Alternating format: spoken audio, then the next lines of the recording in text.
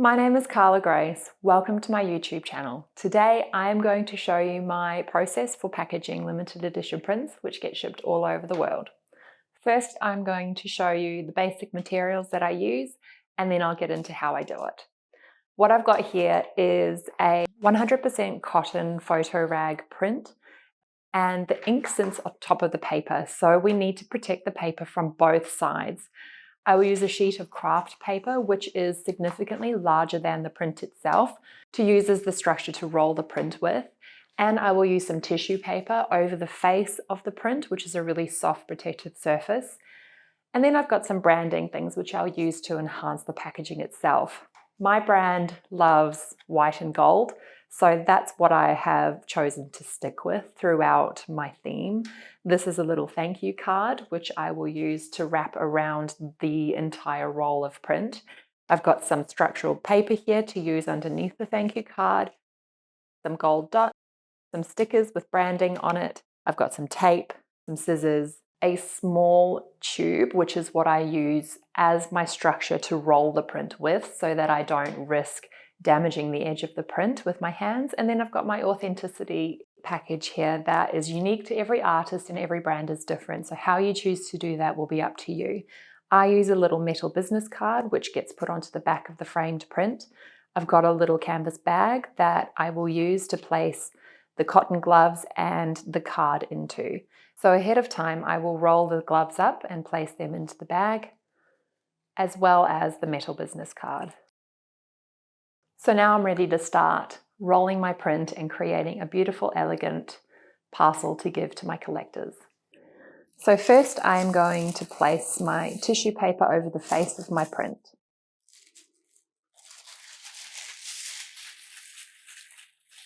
I have cut my structural paper ahead of time.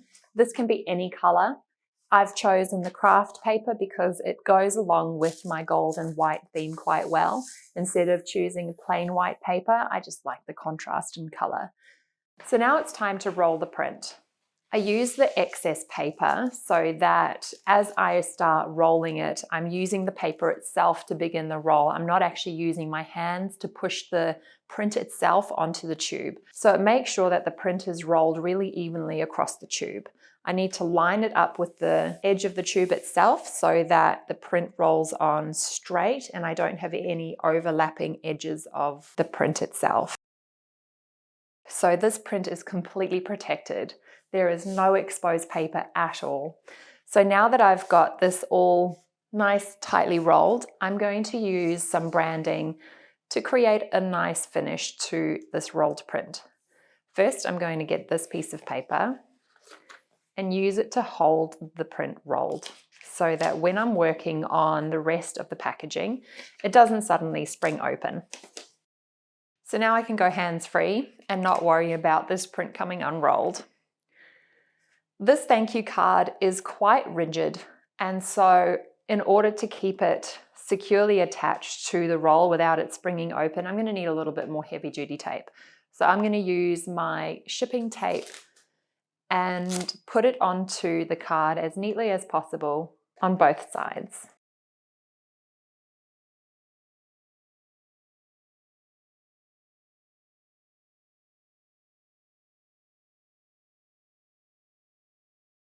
And when it comes to pushing the tape on this side, I'm just going to make it as perfect as possible.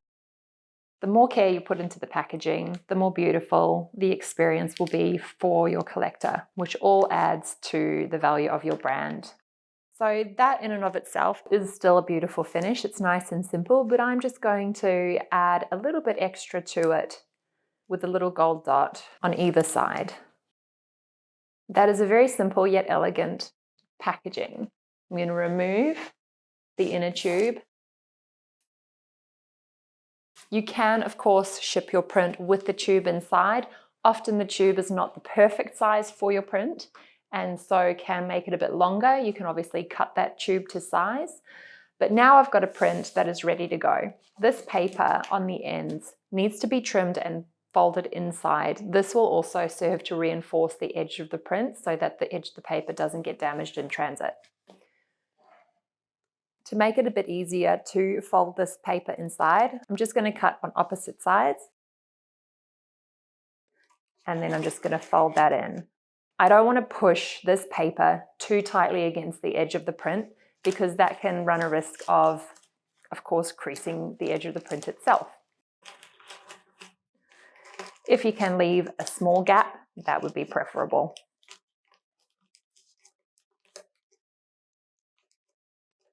And we'll do the same to the other side.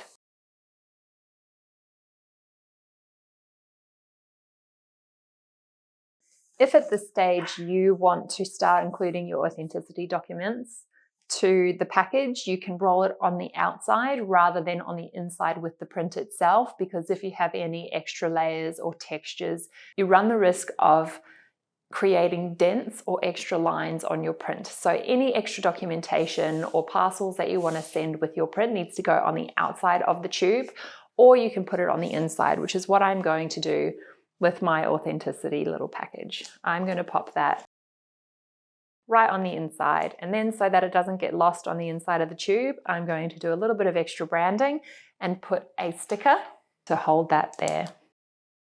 Now that we've wrapped the print up, it's time to bubble wrap it and put it inside a shipping tube, which you can then send off to your collector.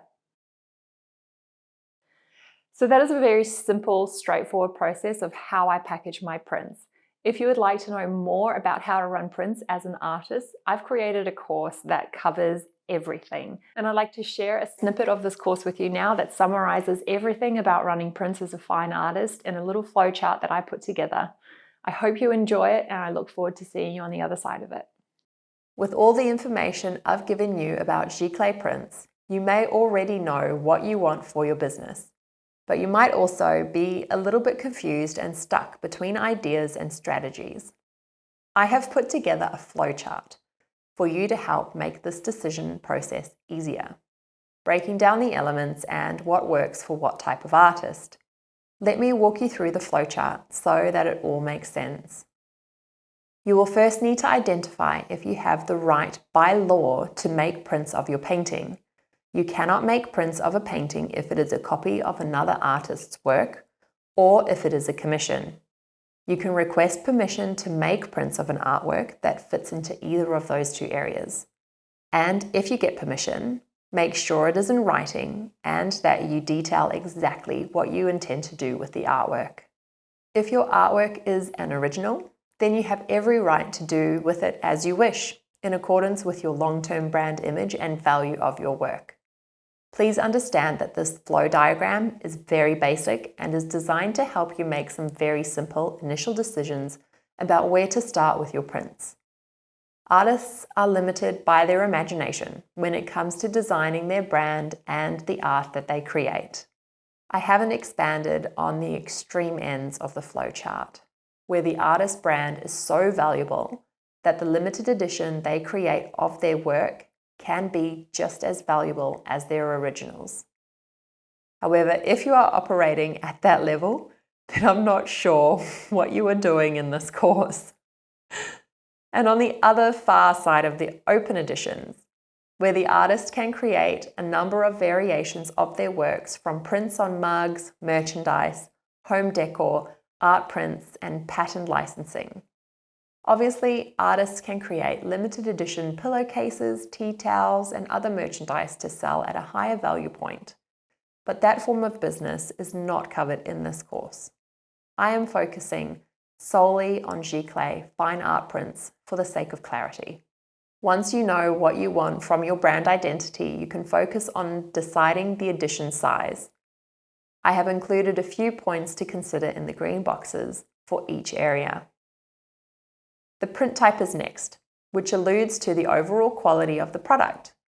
The cheaper the product, the lighter the paper can be, whereas the more luxurious the brand, the heavier the paper should be. This leads me on to the price guide, or the value of the prints. I did not give a dollar value, as artists from all over the world will be doing this course, and the conversions between currencies and markets are too complicated for this format. And that should hopefully help to make sense of the bones of what we have discussed up to this point. Now it's time to talk marketing in Module 5 of this course. Thank you for watching this video. I hope that you got something out of it. If you would like to see more content like this, please like, share, or comment. I would love your feedback. We'll see you next time.